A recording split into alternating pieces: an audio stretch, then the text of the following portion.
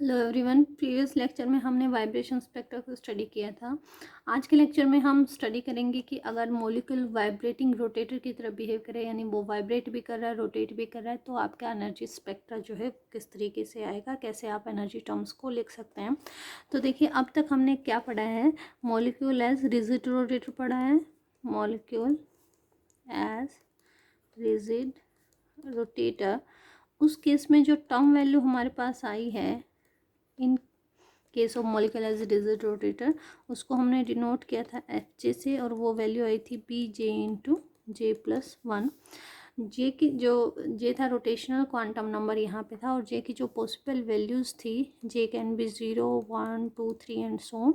B जो यहाँ पे था रोटेशनल कांस्टेंट, और जो उसकी वैल्यू हमने निकाली थी वो थी H over 8 pi square I सी। आई यहाँ पे था मोमेंट ऑफ इनर्शिया, ये हम निकाल चुके हैं। फिर नेक्स्ट लेक्चर में हमने देखा था molecule as anharmonic oscillator. उस केस में जो हमारे पास टर्म वैल्यू आई थी वो हमारे पास आई थी जी वी की टर्म में, which is V plus half omega E minus V plus half square omega E X E, जहाँ पे v की जो पॉसिबल वैल्यू हम वो अगेन 0 1 2 3 एंड सोन कुछ भी पॉसिबल था। और b यहाँ पे क्या था, वाइब्रेशनल क्वांटम नंबर था। यहाँ पे जो हमने यहाँ लिखा है एफ जे, यहाँ पे प्योरली जो टर्म वैल्यू थी वो j का फंक्शन थी। अब देखिए हमारे पास मॉलिक्यूल किसकी तरह बिहेव कर रहा है, एज ए वाइब्रेटिंग रोटेटर की तरह बिहेव कर रहा है। तो वाइब्रेटिंग रोटेटर के केस में जो टर्म वैल्यू हमारी हो जाएगी in case of vibrating rotator, जो टर्म वैल्यू हमारे पास आ जाएगी सम ऑफ एनहार्मोनिक ऑसिलेटर हो जाएगी प्लस रिजिड रोटेटर, दोनों को ऐड कर देंगे तो टोटल टर्म वैल्यू हमारे पास आ जाएगी for vibrating rotator.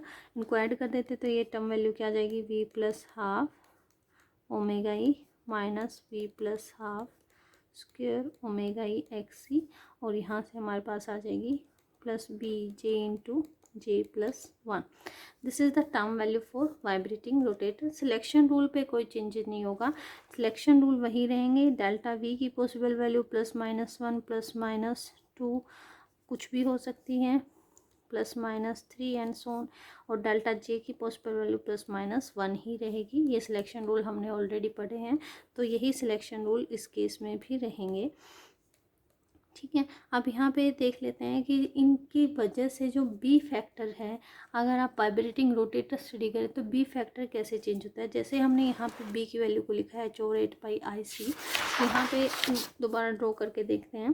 This is यानी इलेक्ट्रॉनिक स्टेट, ये हमने यहाँ पे एनर्जी को डिफाइन किया है, और इस तरफ हमने इक्विलिब्रियम यानी आर को, इंटरन्यूक्लियर सेपरेशन को बताया है। तो फर्स्ट स्टेट की अगर हम बात करें, this is the R equilibrium, इसके लिए यहाँ पे लाई करेगा। अगर आप बात करते हैं इसके लिए, तो इसके लिए सम यहाँ पे लाई करेगा। नेक्स्ट के लिए बात करें तो इसके लिए यहाँ पे लाई करेगा, और उसके आगे अगर बात करें तो उसके लिए सेंटर यहाँ पे लाई करेगा। तो हर एक वाइब्रेशनल लेवल के लिए अपना इक्विलिब्रियम इंटरन्यूक्लियर सेपरेशन है। तो इसलिए जो बी है हमारे पास वो आई पे डिपेंड कर रहा है, B is H over 8 pi square I C, और जो आई की वैल्यू है वो है म्यू आर स्क्वायर। तो जो बी है वो आर पे डिपेंड कर रहा है, it means 8 pi square mu R square C. ठीक है, और हर एक वाइब्रेशनल लेवल के लिए जो आर की वैल्यू है वो क्या हो रही है, चेंज हो रही है। आर की वैल्यू चेंज हो रही है तो हर एक वाइब्रेशनल लेवल के लिए बी की वैल्यू भी क्या हो जाएगी, चेंज हो जाएगी, जिसकी वजह से हम यहाँ पे प्योर बी ना लिख के क्या लिख देंगे, सब यहाँ पे इसके साथ एक टर्म लगा देंगे बी वी, यानी कि हर एक वाइब्रेशन लेवल के साथ बी की वैल्यू क्या होगी, चेंज होगी। अगर हम दो वाइब्रेशन लेवल यहाँ पे ड्रॉ करें, this is the higher state V prime और ये lower state V double prime, तो इसके कॉरस्पॉन्डिंग जो रोटेशनल कांस्टेंट होगा बी वी प्राइम होगा, और यहाँ पे होगा बी वी डबल प्राइम। अब हमें यहाँ डायग्राम से देखने में पता चल रहा है जो इक्विलिब्रियम सेपरेशन है आर, इसके लिए ज़्यादा है और इसके लिए क्या है, कम है। तो आर की वैल्यू जो है, R single prime is greater than R double prime. अगर आर सिंगल प्राइम ग्रेटर है तो हम कह सकते हैं बी वी सिंगल प्राइम कि देखिए इन्वर्सली वेरी कर रहा है विद आर स्क्वायर, तो आर सिंगल प्राइम अगर ज़्यादा है तो बी वी प्राइम क्या हो जाएगा, लेसर हो जाएगा comparable to B V double prime. तो ये आपने माइंड में रखना है कि जैसे जैसे हम ऊपर जाएंगे तो रोटेशनल कांस्टेंट की वैल्यू क्या होती जाएगी, डिक्रीज होती जाएगी। अब आइए स्पेक्ट्रा को स्टडी करते हैं कि इन सिलेक्शन रूल को यूज़ करके कैसे आप स्पेक्ट्रा निकाल सकते हैं। तो मोस्ट प्रोबेबल ट्रांजिशन जो होती है in case of vibrational fundamental band ही हमें दिखता है for most probable transition, delta V जो होता है वो हमारा क्या होता है +-1, या फिर कहें डेल्टा वी +1 अगर आप करें। वी इसका क्या मतलब है, V equal to 0 to transition और वी इक्वल टू 1 में। इस केस के लिए जो हमारे पास टर्म वैल्यू आई है वो वेव नंबर चेंज जो आएगा वो कितना आ जाएगा। तो पहले लिख लेते हैं total term value is G V now plus F is now function of V and J both. तो यहाँ पे लिख लीजिए V plus half omega E plus V plus half omega E X C, और ये आ जाएगा plus B V J into J plus 1। इस तरीके से हम लिख लेंगे। अब हमने मोस्ट प्रोबेबल ट्रांजिशन के लिए वेव नंबर निकालना है for V 0 to V is equal to 1 में ट्रांजिशन जहाँ हो रही है। ये हम कंसिडर कर लेते हैं कि अपर स्टेट को हम बता रहे हैं सिंगल प्राइम से और लोअर स्टेट को बता रहे हैं डबल प्राइम से। तो यहाँ से जो वेव नंबर हमारे पास निकल के आएगा, wave number separation nu V जो निकल के आएगा वो क्या आ जाएगा, G V single prime plus F V single prime J single prime minus G V double prime minus F V double prime J double prime, ये निकल के आएगा। तो इन दोनों की वैल्यू यहाँ पे पुट कर दीजिए, तो ये आ जाएगी G V single prime minus G V double prime plus F V single prime J single prime minus F V double prime J double prime. इसको हमने मान लिया क्योंकि हम सिर्फ फंडामेंटल को स्टडी कर रहे हैं, तो ये हमने मान लिया कि सम न्यू नोट वैल्यू निकल के आएगी इसके कोरस्पॉन्डिंग, तो उसको हम बार बार नहीं लिखेंगे, ये ऑलरेडी हम वाइब्रेशन में निकाल भी चुके हैं। तो ये न्यू नोट आ गया। अब इसको स्टडी करते हैं कि इससे क्या चेंजेज आएगा। तो इसकी वैल्यू अगर हम लिखें तो वो वैल्यू हो जाएगी B V single prime J single prime plus 1 minus B V double prime J double prime plus 1। ठीक है। अब सिलेक्शन रूल क्या कहते हैं, सिलेक्शन रूल के अकॉर्डिंग जो डेल्टा जे है इट कैन बी +-1।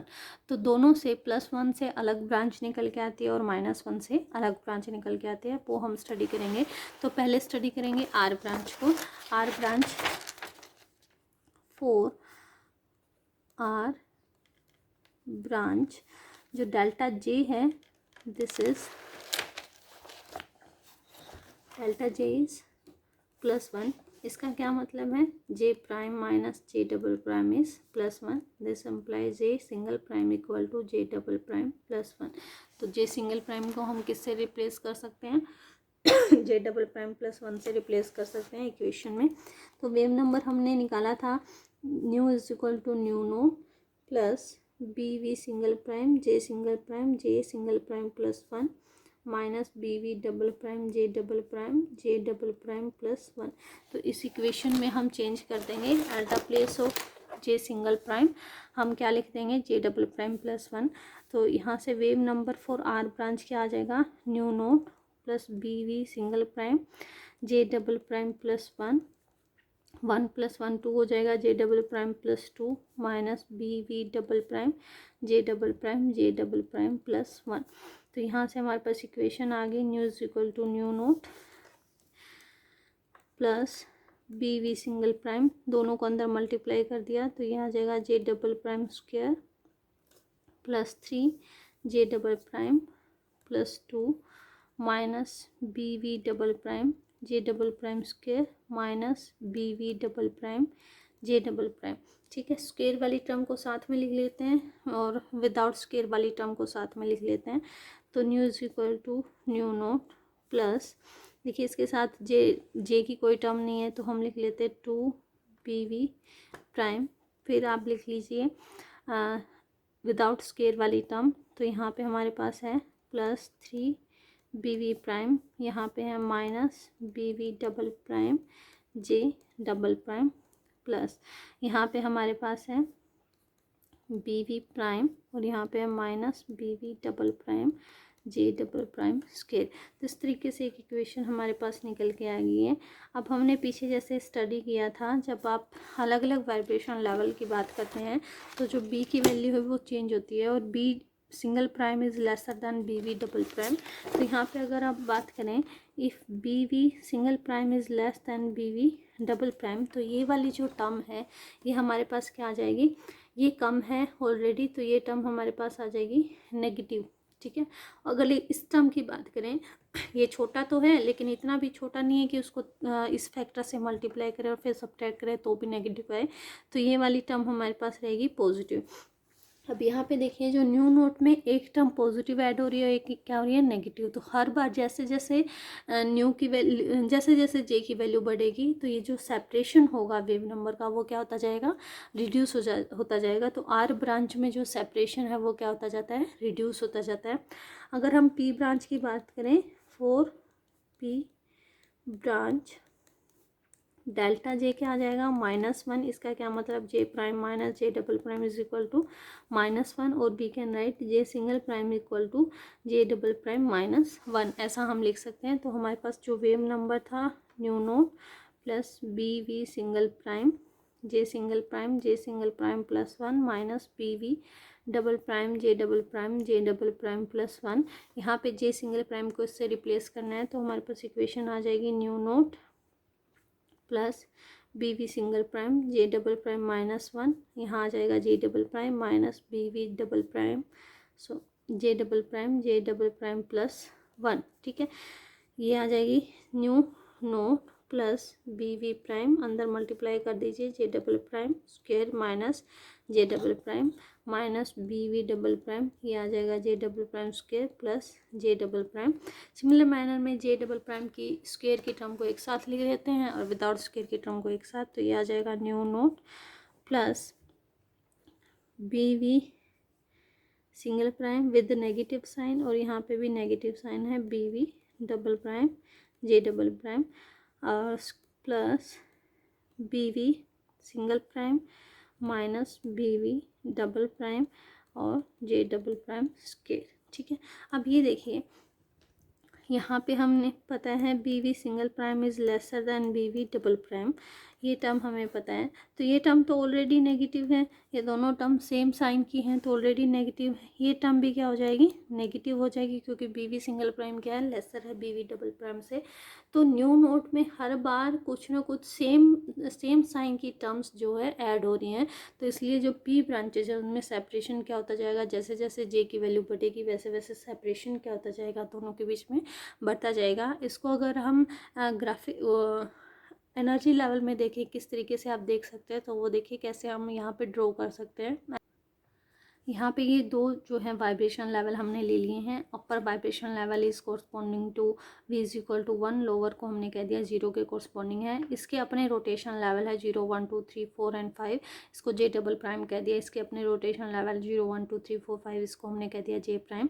अभी भी जैसे हमने कहा कि ट्रांजिशन जो है R ब्रांच के लिए वही पॉसिबल है जिसमें डेल्टा J क्या होगा, +1 होगा। +1 का क्या मतलब है कि अगर आप फाइनल माइनस इनिशियल करें यानी 0 से 1 ट्रांजिशन 1 - 0 +1 आ गया तो R0 पॉसिबल है यहाँ पे। ठीक है, फिर R1 यानी 1 से 2 में ट्रांजिशन R1 हो गया, R2 हो गया, R3 हो गया ऑन सो ऑन।